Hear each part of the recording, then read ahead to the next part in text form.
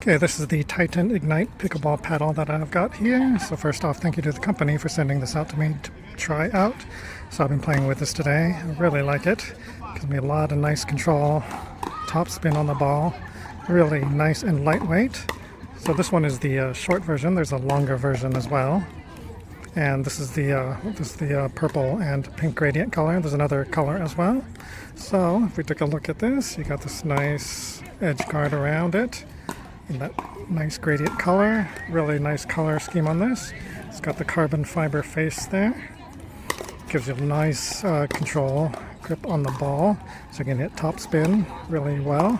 It's got a propylene core on the inside, which makes it very nice and lightweight.